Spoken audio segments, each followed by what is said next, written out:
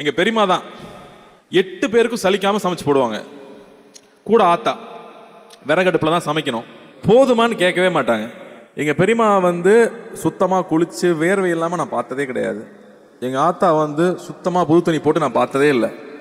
சமைப்பாங்க, குளிச்சுட்டு வருவாங்க, திரும்ப சமைப்பாங்க. அந்த அன்பு அப்படி இல்லாட்டி ஒவ்வொரு லீவுக்கும் நாங்கள் வர முடியாது. அந்த மாதிரி பெரியமாக்கும் அத்தைக்கும் பெரியப்பாவுக்கும் அப்பச்சிக்கும் அவங்களுக்காக தான் அந்த மெய்யுலகன். எங்களுக்கு ஹீரோ எங்க மாமா தான். இங்கதான் இருக்காருன்னு நினைக்கிறேன். மாம்ஸ் ஃபர்ஸ்ட் சைக்கிள் ஓட்ட சொல்லி கொடுத்தது, கிணத்துல குதிக்கலாம் நீங்க எல்லாம் ஆம்பளே இல்லைன்னு சொல்லி உசுப்பேத்தி விட்டு மேல இருந்து 20 அடியில இருந்து குதிக்க வைக்கிறது. இங்க இதெல்லாம் பண்ணதுக்கு அப்புறம் மெட்ராஸுக்கு போனா நம்ம பெரிய ஹீரோ. ஏன்னா அங்க யாருக்கு இதெல்லாம் வராது. அப்படிங்க அத்தனை விஷயம் பண்றது. இந்த லைஃப் ப்ரிப்பேர் பண்ண விஷயம் இருக்கு இல்லையா, அதுதான் இன்னைக்கு வரைக்கும் எனக்கு ஸ்ட்ரென்த்தா இருக்கு. ஸோ சம்மர் கிளாஸுக்கெல்லாம் வந்து ஸ்பெஷல் கிளாஸ்க்கு போறதை விட ஊர்ல வந்து அத்தை வீட்டுக்கும் அப்பச்சி வீட்டுக்கும் தாத்தா வீட்டுக்கும் போறதா மிக மிக முக்கியம்னு நினைக்கிறேன்.